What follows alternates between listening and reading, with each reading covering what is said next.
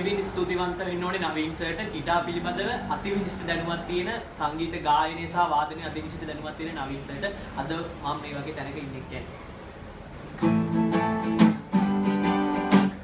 Relax කරන්න. මල්දමල් සැලෙන නිගුමාවතේ පියමත පිය තබමින් ඉඳගෙන නුඹේ ඉගිනරු මඩ වශී අත්කල නගයි තුරු පක්වවා පිය පිට දියරලි තදන ගම්බියේ සැඩරල මතින් ඔරුවක නැගී එතරට යනු දැක ඔබයි මමයි තුරු පක්වවා හැලෙන හැටි කුරුමයි තුරු පක්වවා